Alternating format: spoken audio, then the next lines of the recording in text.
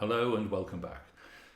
And whenever you're listening to this, I think it's appropriate to remind you that it is actually being recorded on VE Day, and it is, for me, a celebration by our greatest dramatist of the English spirit that kept us free, Henry V.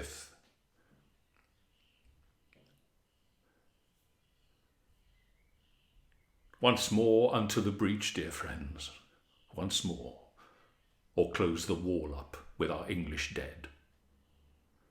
In peace, there's nothing so becomes a man as modest stillness and humility. But when the blast of war blows in our ears, then imitate the action of the tiger. Stiffen the sinews, summon up the blood, disguise fair nature with hard-favoured rage, then lend the eye a terrible aspect. Let pry through the portage of the head like the brass cannon, let the brow o'erwhelm it as fearfully as doth a gorded rock o'erhang and jutty his confounded base, swilled with a wild and wasteful ocean.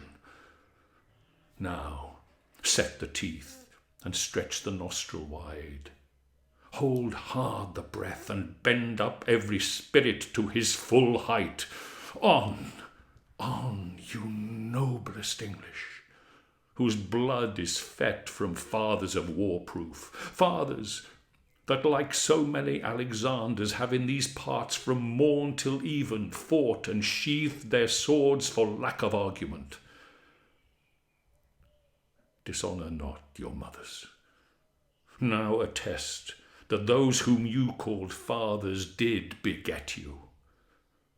Be copy now to men of grosser blood, and teach them how to war.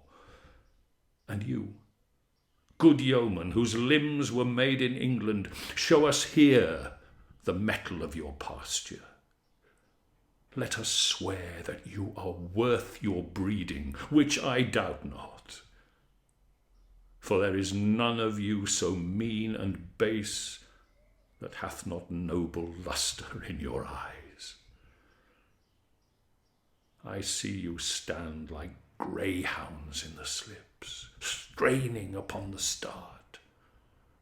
The game's afoot.